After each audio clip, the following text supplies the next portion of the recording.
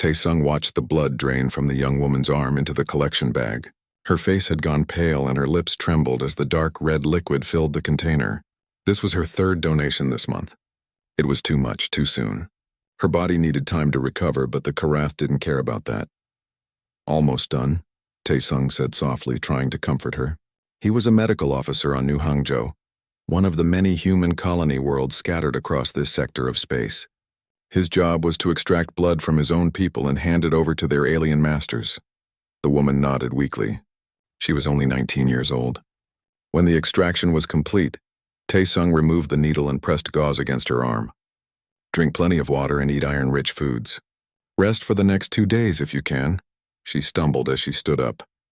Tae-sung caught her arm and helped her to the recovery area where other colonists sat with juice and crackers.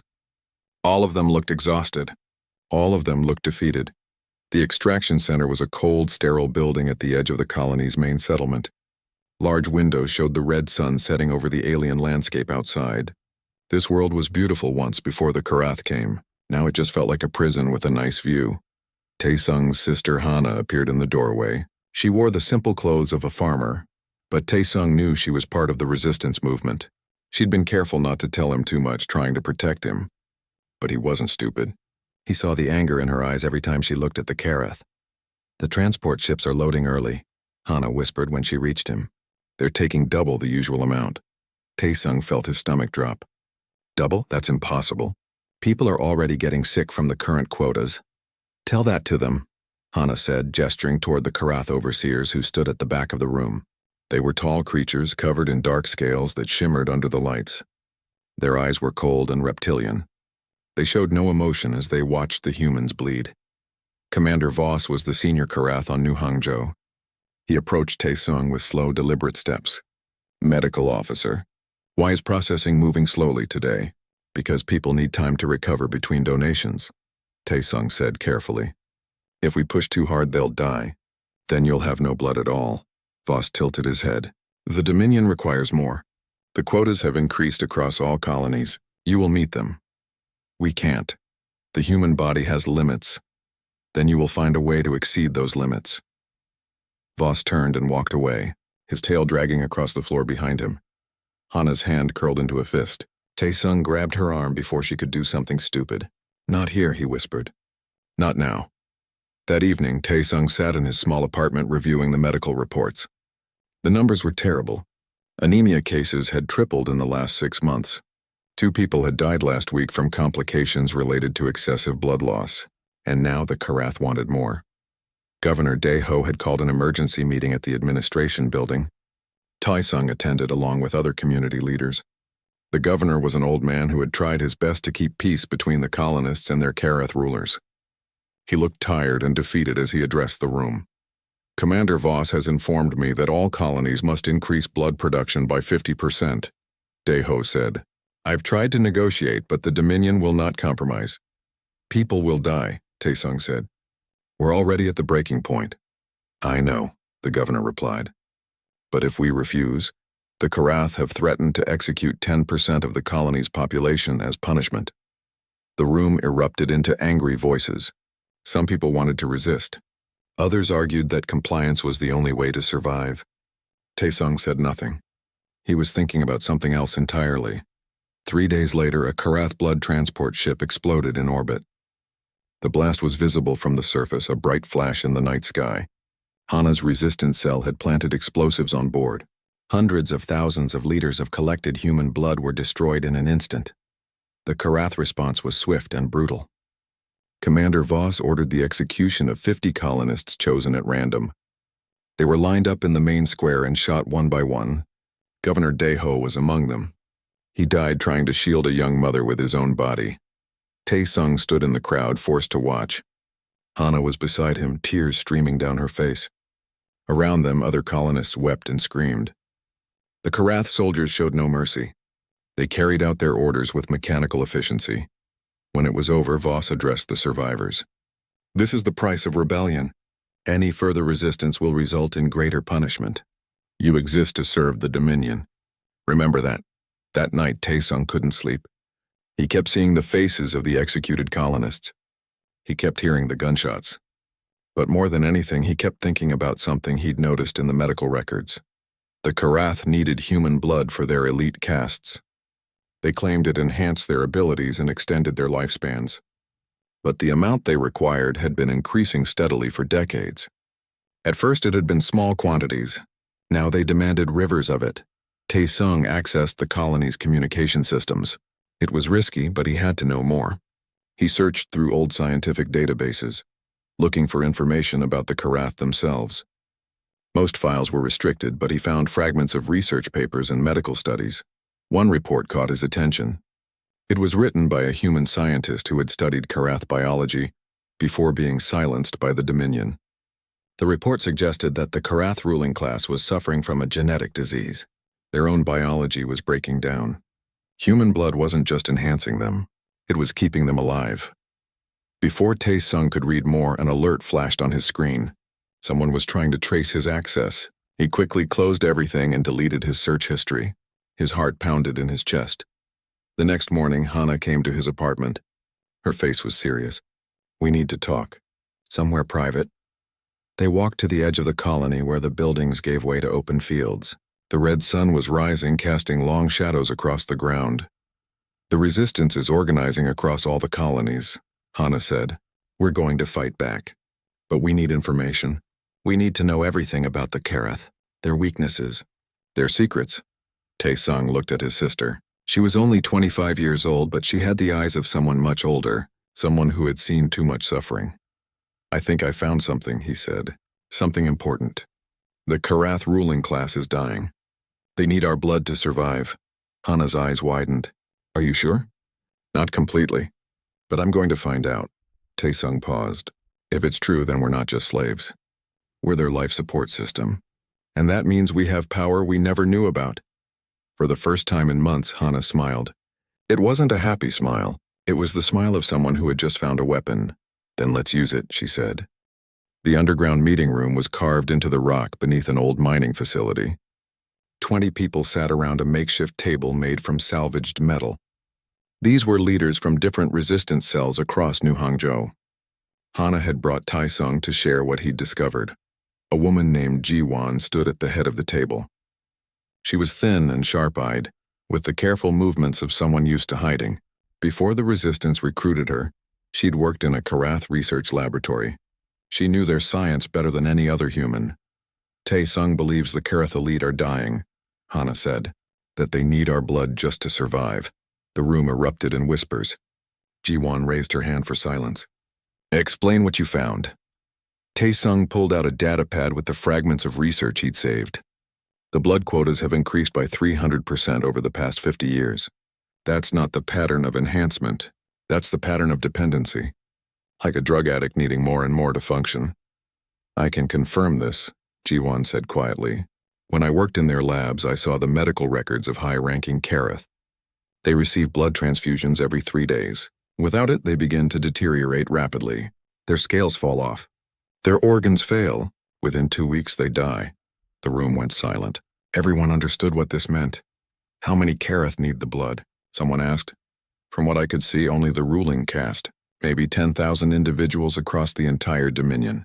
The lower castes don't receive any blood at all. They don't even know about it." Tae-sung leaned forward. "So we're bleeding billions of humans to keep 10,000 aliens alive?" "Yes," Ji-won confirmed.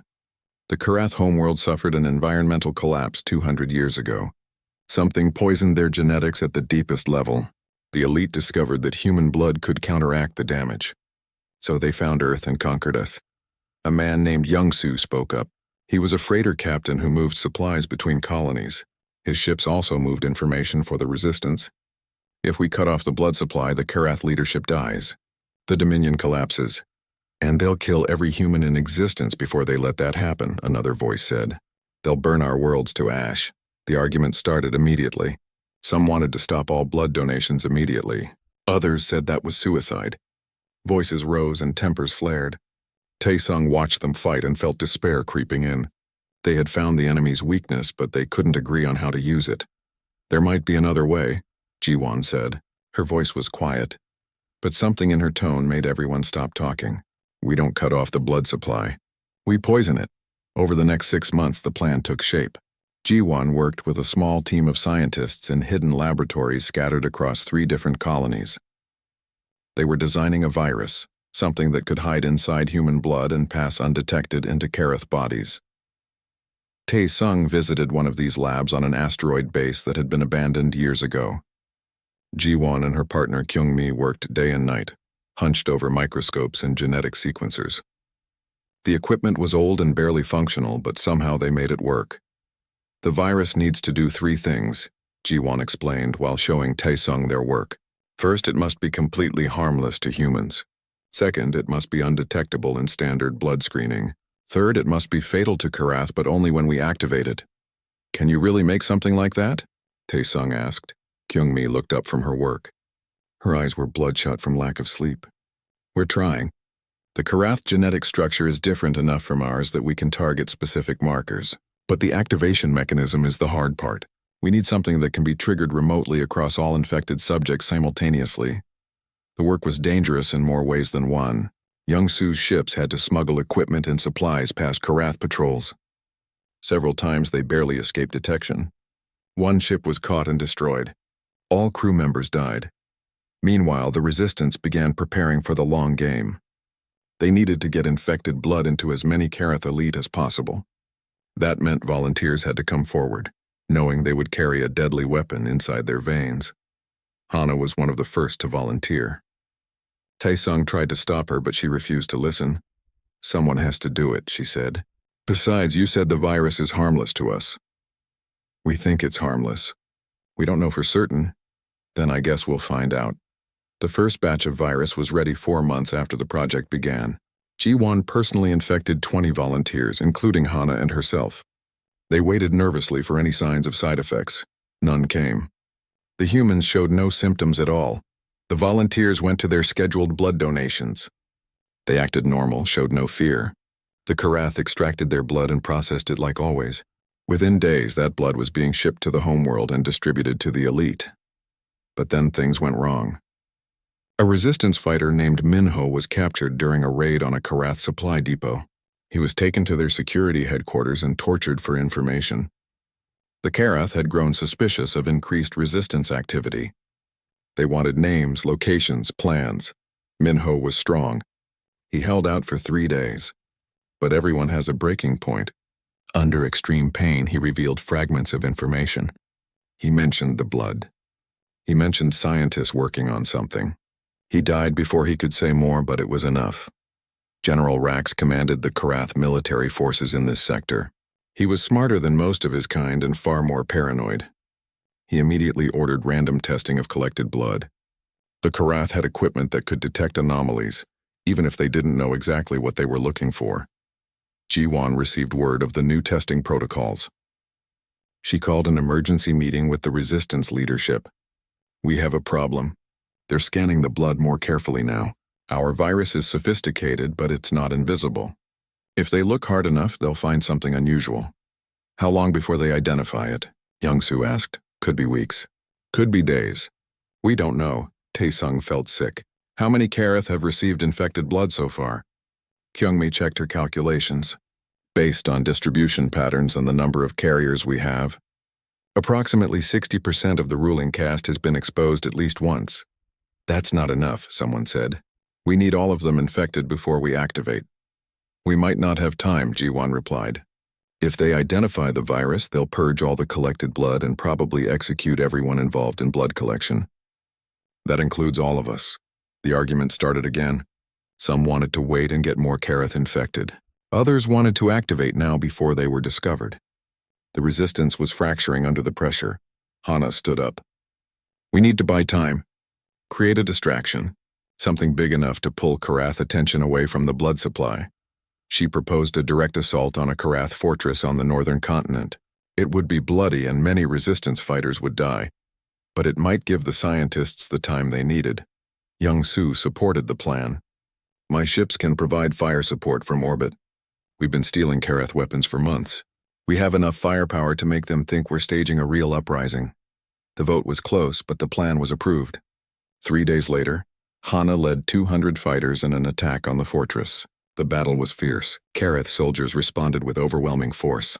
Explosions lit up the night sky. Buildings burned. Bodies fell on both sides. The distraction worked. General Rax redirected resources to crush the assault. The blood testing slowed down as military priorities shifted. Ji-won and Kyungmi used the extra time to refine the activation mechanism and infect more volunteers. But the cost was terrible. Hana survived but barely. She came back with burns across her arms and a piece of shrapnel lodged in her shoulder. Of the 200 fighters who went in, only 70 came back out. Tae-sung operated on his sister in the underground medical facility. His hand shook as he removed the metal from her flesh. "You could have died," he whispered. "We're all going to die eventually," Hana said through gritted teeth. "Might as well die fighting." 2 weeks later, Ji-won announced the virus was ready for final deployment. The activation codes were distributed to resistance leaders across all colonies. They had infected 70% of the Karath elite. It wasn't perfect, but it might be enough. The decision came down to one person. Sun-hee was the supreme commander of the resistance, chosen by leaders across all human colonies. She was old enough to remember Earth before the Karath came. She carried the weight of billions of lives on her shoulders. Tae-sung met her once briefly. She looked tired but determined. "If we do this," she said, "there's no going back. We'll either free humanity or doom it." "Are you certain the virus will work?" "As certain as we can be," Tae-sung replied. Sun-hee nodded slowly. "Then prepare for activation. We'll strike in 72 hours. May whatever gods are listening forgive us for what we're about to do." The first alien ship to make contact wasn't Karath. It was something else entirely. Something humanity had never seen before. The vessel appeared in orbit around New Hangzhou without warning, its hull seeming to shimmer as if not quite solid. Tae-sung was in the medical center when the transmission came through. The voice that spoke wasn't using words, but somehow everyone understood it anyway. The meaning appeared directly in their minds. "We are the Veil Collective. We have been observing your species. We wish to speak with your leaders." Hana grabbed a weapon instinctively. It could be a trap. Another empire come to conquer us. But Sun-hee, the Resistance Supreme Commander, decided to take the risk. She arranged a meeting on neutral ground, an abandoned space station halfway between New Hangzhou and the Veil ship. Tae-sung went with her as medical support, though everyone knew his real job was to document what happened. The Veil representatives were unlike anything from Earth or Karath space. They weren't biological creatures at all, but beings made of something like living crystal. They pulsed with soft light and communicated through that same direct mental contact. "Your species has ended the Karath Dominion," the lead Veil said. Its name was something unpronounceable that translated roughly as observer of distant stars. This was inevitable. The Karath path led only to destruction. "You knew about us?" Sun-hee asked. "You knew we were slaves?" "We knew. We have watched your species since you first achieved radio transmission. We watched the Karath conquer you. We watched you suffer under their rule. Then why didn't you help us?" Hana's voice was sharp with anger. "You could have stopped them. You could have saved millions of lives."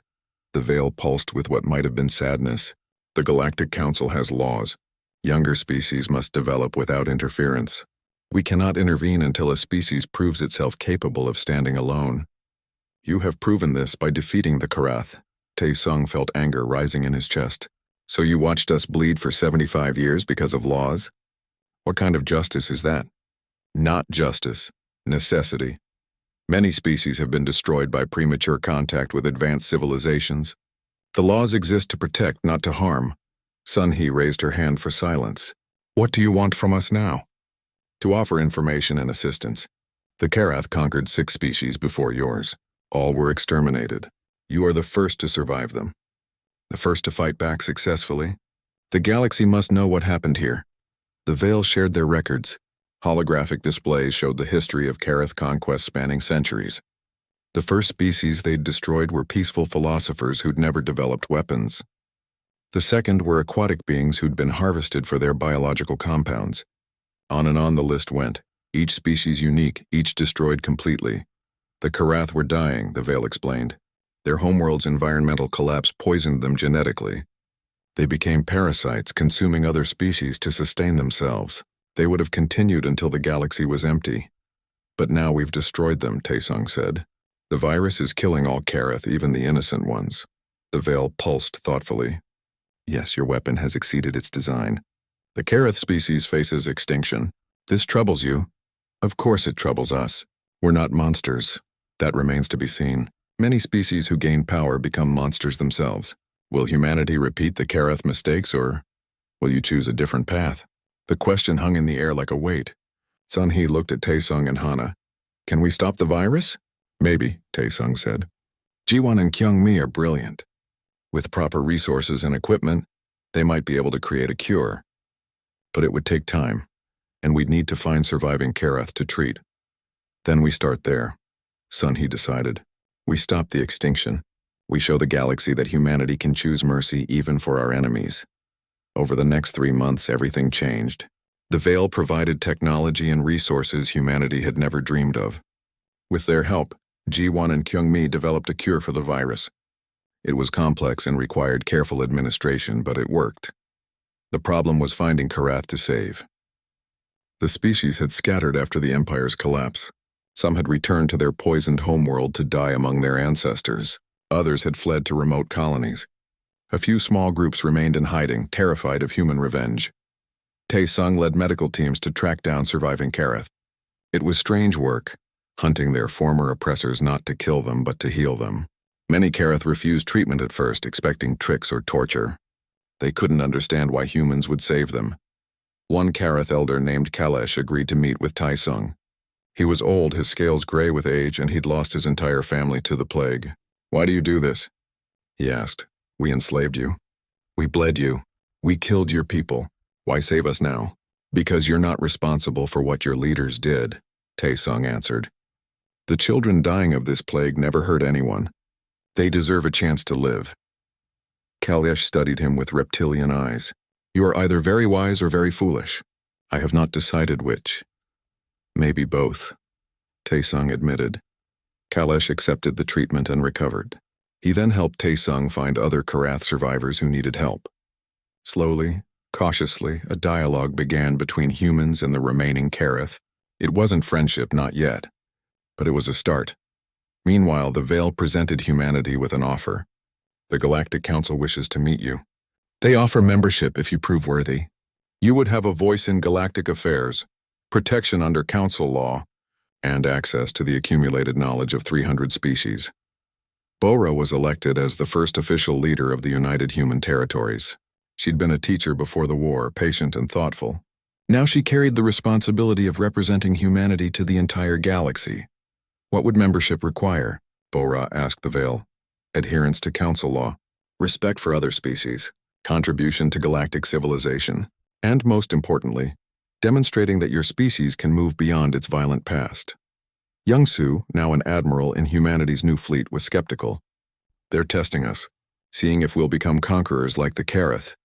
Then we prove we're different, Bora said firmly. Humanity began claiming former Kareth territories, but not as conquerors. Bora established them as multi-species sanctuaries, where refugees from across the galaxy could settle. Kareth survivors were welcomed alongside humans and others. The settlements were rough at first, with tension and occasional violence. But slowly they began to work. Jae-hyun continued documenting everything. Her footage of the plague's horrors had spread across human colonies. Now she showed something different. Humans and Kareth working together to rebuild. A human farmer teaching Kareth refugees how to grow earth crops in alien soil. A Kareth engineer helping humans repair damaged infrastructure. Small moments of cooperation that meant everything. Not everyone supported this approach. Some humans wanted all Kareth exterminated for what their species had done.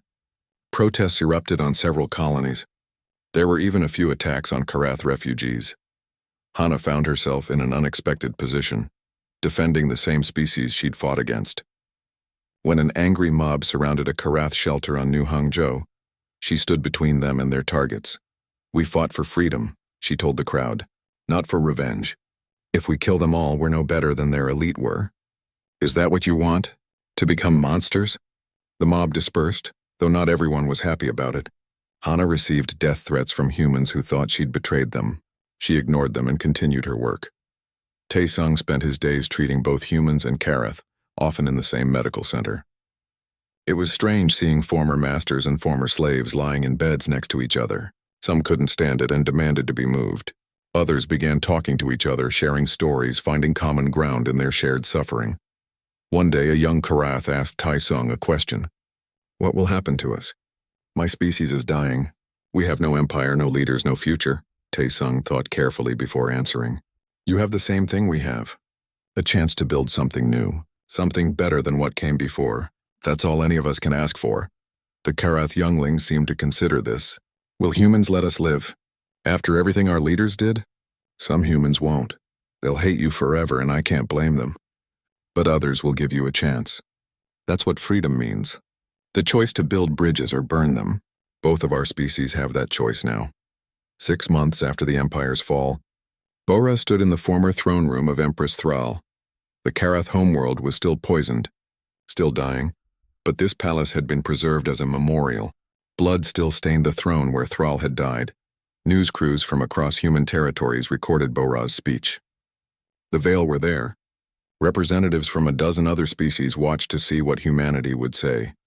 "We stand in the place where our oppressors ruled," Bora began, "where they demanded our blood and our lives. They thought they were strong. They thought their power made them immortal. They were wrong." She gestured to the stained throne. "But we don't celebrate this death. We don't glory in the destruction we caused. Yes, the Karath elite deserved justice, but their children didn't. Their lower castes didn't. The plague we unleashed killed without discrimination, and that weighs on our conscience." 3 years after the fall of the Karath Dominion, Tai-Sung stood before a classroom of students that would have been impossible before the war. 20 humans and 15 Karath sat together learning medicine. Some of the Karath were children whose parents had died in the plague. Some of the humans had lost family to Karath brutality. Yet here they were studying side by side. The principles of cross-species medicine require understanding that biology is diverse. Tai-Sung lectured. What heals one species might poison another. You must learn to see past your own physiology and understand others. A young human named Dongmin raised his hand. "But sir, isn't it dangerous to share our medical knowledge with them? What if they use it against us?" Before Tai-Sung could answer, a Karath student named Velkor spoke up. "Your people already weaponized medicine against mine.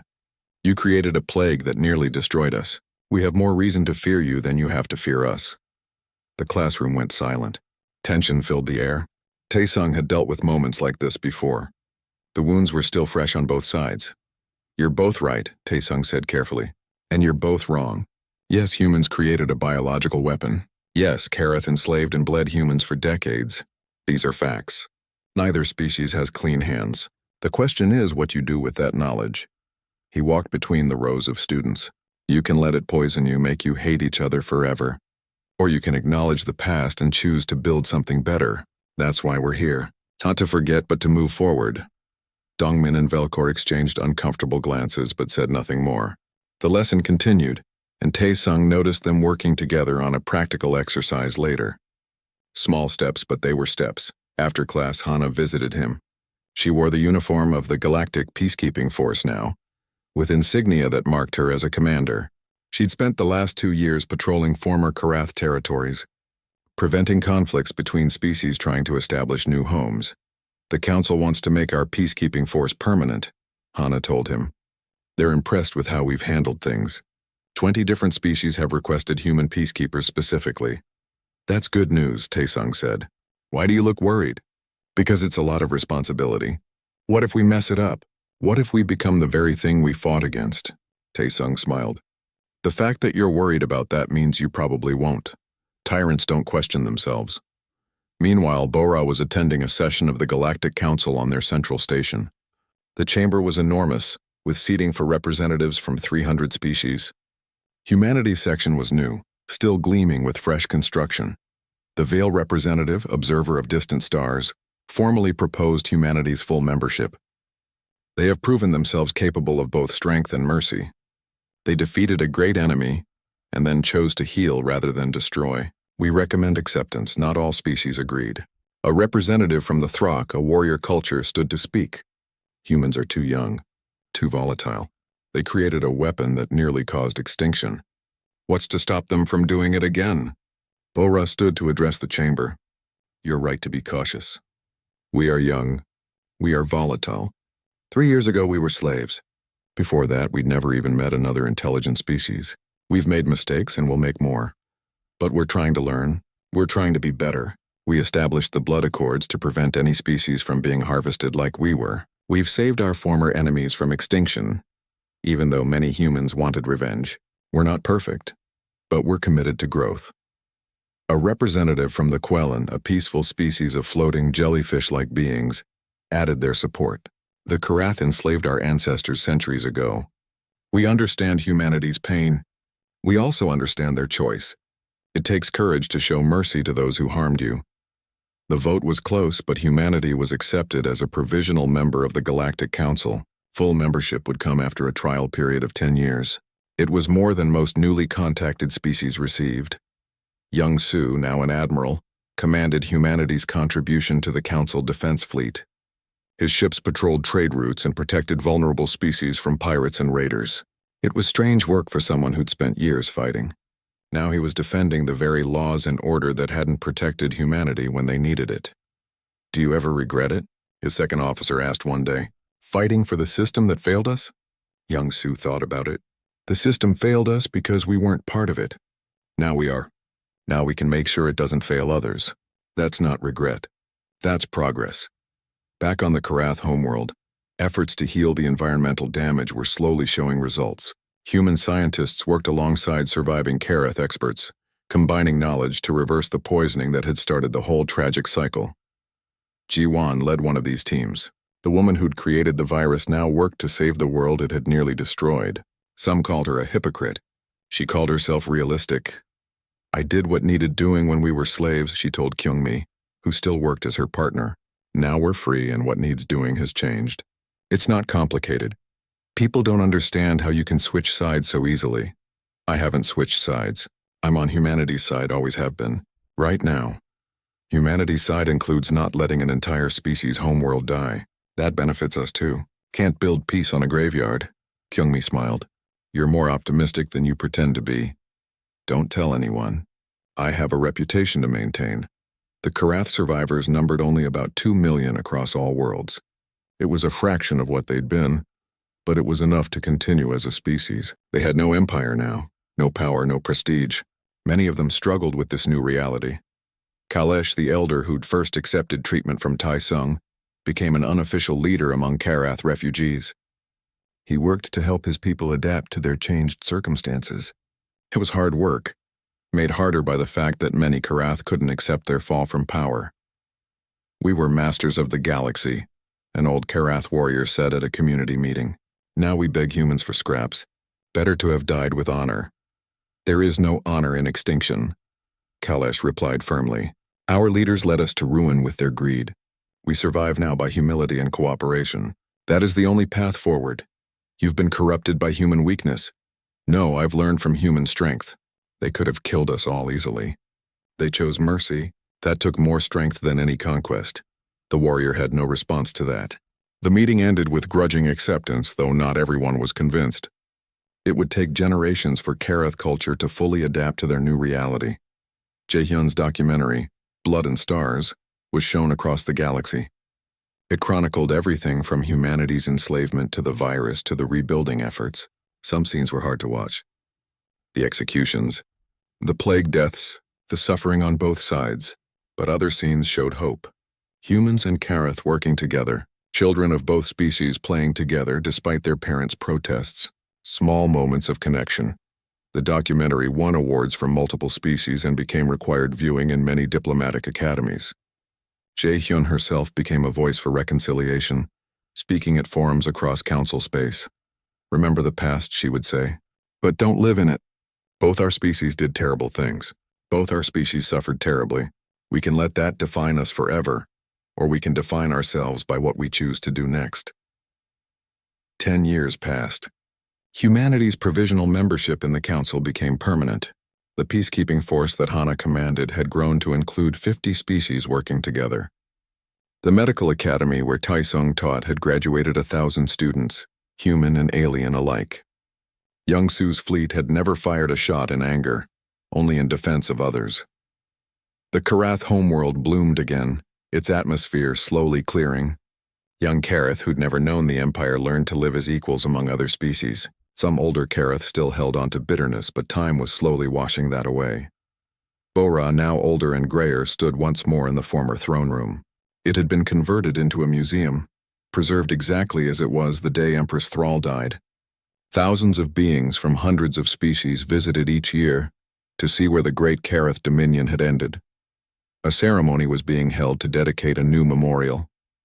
Representatives from all 6 species the Kareth had exterminated were there, or at least representatives from the handful of survivors that had been found scattered across the galaxy. It turned out small pockets of each supposedly extinct species had survived in hidden places. Not many, but enough. "We gather here not to celebrate death," Bora said to the assembled crowd, "but to remember it. The Karath who died here were not innocents. They built their power on the suffering of others. But their deaths brought no joy, only responsibility. The responsibility to ensure this never happens again."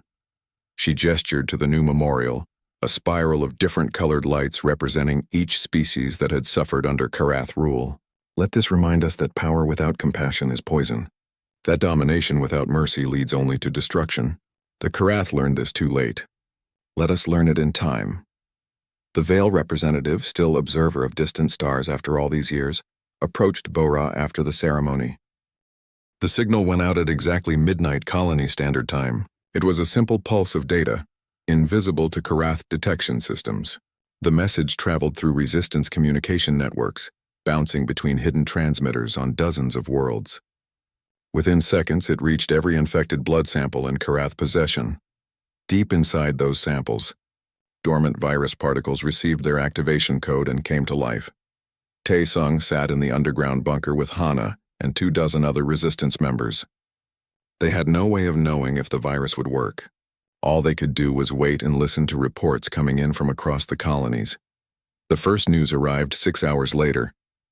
A young woman named Jae-hyun, who worked as a documentarian for the resistance, transmitted a shaky video from the Karath Administrative Center on New Hangzhou.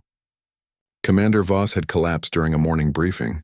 Blood poured from his eyes and nose. His scales were falling off in patches, revealing raw flesh beneath. "It's working," someone whispered in the bunker. "By all the stars, it's actually working." More reports flooded in. Across 12 colony worlds, Kareth elite were dying. They collapsed in their offices, in their homes, in their command centers. Some died quickly. Others lingered for hours in agony. The virus attacked their already fragile genetics with precision and brutality. On the Kareth homeworld, Empress Thrall sat on her throne when the first symptoms hit. She'd received a fresh blood transfusion just that morning. Now that same blood was killing her from the inside. Her advisors watched in horror as their immortal empress bled out, unable to help her. She died still sitting upright, her clawed hands gripping the armrests of her throne. But the Kareth military didn't collapse immediately. General Rax had never trusted the blood treatments. He was lower caste, considered unworthy of such privileges. He'd built his career on merit and ruthlessness, not genetic enhancement. When reports of the plague reached him, he understood immediately what had happened. "The humans have poisoned us," he snarled to his officers.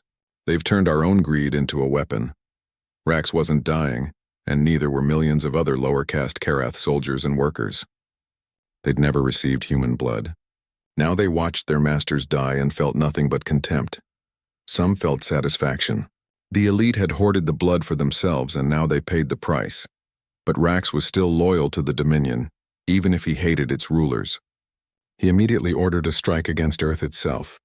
If the Karath elite were going to die, humanity would die with them. He assembled a fleet of warships and set course for the human homeworld. Youngsu's intelligence network detected the fleet movement. He sent urgent messages to resistance leaders. "Karath battle group heading for Earth, 200 ships. They'll reach it in 4 days." The resistance had been preparing for this possibility. They'd spent months stealing Kareth weapons and hiding them in strategic locations. Fightercraft, missiles, energy cannons. Not enough to win a straight fight, but enough to make things difficult. Youngsu himself commanded a fleet of 30 freighters that had been secretly modified for combat. They were ugly, slow ships compared to Karath warships, but they were crewed by humans who had nothing left to lose. "We intercept them at the Meridian Gate," Youngsu told his captains. "That's the last jump point before Earth. We stop them there or we don't stop them at all." Tae-sung wanted to go with them, but Hana stopped him. "You're a doctor, not a soldier. You're needed here." People are going to get hurt and they'll need you. She was right, but it felt wrong to stay behind while others fought. Tae-sung spent the next 3 days treating wounded resistance fighters and preparing for casualties from the coming battle. The battle at Meridian Gate was chaos. Young-Su's fleet arrived just as the Karath warships were preparing to jump. The human ships opened fire immediately, their stolen weapons tearing into Karath hulls. The enemy was caught off guard but recovered quickly. Karath warships were faster and better armed. They should have destroyed the human fleet in minutes. But something was wrong with their coordination. Infected Karath commanders were dying at their posts, leaving junior officers scrambling to take command. Orders were confused. Formation broke down. Ships collided with each other in the chaos. Young-Su pressed the advantage. His ships fought like wolves, darting in to strike and then retreating before the Karath could respond effectively. He targeted their command ships first, knowing that killing infected officers would create more confusion. It worked. The Karath fleet began to fall apart. Some ships retreated. Others continued fighting but without coordination. General Rax watched from his flagship and felt rage building inside him. His own people were failing because the elite had been too greedy, too dependent on human blood. Rax made a decision. He broke off the attack on Earth and turned his ships toward New Hangzhou instead. If he couldn't destroy humanity's homeworld, he would destroy their colonies one by one. He would make them pay for what they'd done. But even as Rax gave the orders, he felt something strange. His own vision was blurring. His scales felt loose. He looked at his hands and saw blood under his claws. "No," he whispered. "I never took the blood. I never—" Then he remembered. 3 months ago, he'd been injured in a training accident. The medical officer had given him a transfusion. Just once, just a small amount. The officer had said it was from Karath blood stocks, but those stocks were supplemented with processed human blood to make them last longer. General Rax, the last great Karath military commander, fell to his knees as the virus consumed him. His last thought was bitter amusement. The elite's greed had killed them all, even those who wanted nothing to do with it. On New Hangzhou, the Karath occupation forces were collapsing. Commander Voss was dead. Most of the senior officers were dead. The surviving lower caste soldiers didn't know what to do. Some tried to maintain order. Others simply fled to their ships and left. Hana led a group of resistance fighters to the main Karath compound. They expected a fight, but the gates were open and unguarded. Inside, they found bodies everywhere. Karath elite who had died at their desks, in their beds, in their command centers. The stench of death was overwhelming. In the central command room, they found classified data terminals still active. Hana downloaded everything she could. Personnel records, fleet movements, research files, and something else. Something that made her blood run cold. "Tae-sung," she said over the comm link. "You need to see this." Tae-sung arrived an hour later. Hana showed him the files she'd found. They were research reports from the Karath Science Council, dating back decades. The reports detailed something terrible. The Karath had conquered 6 other species before humanity. Each time they'd found something valuable to extract. Resources, technology, labor. And when they were done, they'd exterminated the species completely. Earth was just the latest in a long line of civilizations the Karath had destroyed. But there was more. The reports showed that the Karath elite had known their blood dependency would eventually cause problems. They'd known that harvesting humans would eventually provoke rebellion. They simply didn't care. They believed they were strong enough to crush any uprising. They knew, Tae-sung said quietly. They knew this would happen eventually, and they did it anyway. Hana nodded. And they would have kept doing it until we were extinct, just like the others. Across the galaxy, the Karath Dominion was dying. Without their elite leadership, the lower castes had no direction. Some tried to maintain control. Most simply abandoned their posts and returned home. The great empire that had ruled for centuries collapsed in a matter of weeks, but the virus wasn't done. Jiwon had designed it to target specific Karath genetic markers, but viruses mutate. They evolve. And this one was spreading beyond its original parameters. Tae-sung received reports of lower caste Karath dying from the virus, even though they'd never received human blood. The mutation was spreading through contact, through the air, through water. It was becoming a true plague. He contacted Jiwon immediately. "The virus is spreading to non-infected Karath. We're killing the entire species. Ji-won's face on the screen showed no emotion. She'd lost her entire family to Karath brutality. Good. They deserve extinction for what they've done. No one deserves extinction, Tae-sung said. Not even them. We need to stop this. We can't stop it. The virus is beyond our control now. It's become something else, something we never intended. Tae-sung felt sick. They'd won their freedom, but at what cost? They'd unleashed a weapon that was destroying an entire species, including those who'd never harmed humanity. That night, Jae-hyun's documentary footage showed something that would haunt Tae-sung forever. A Karath child, no more than 5 years old by their aging standards, crying over the body of its parent. The child was already showing symptoms of the virus. It would be dead within days. Hana found Tae-sung sitting alone in the medical center. You're thinking about the Karath children. How did you know? Because I am too. She sat beside him. We did what we had to do, but that doesn't make it easy. Their elite did terrible things, Tae-sung said. But the children? The lower castes who were just trying to survive. They didn't deserve this. No, Hana agreed. They didn't. But neither did our children who died giving blood.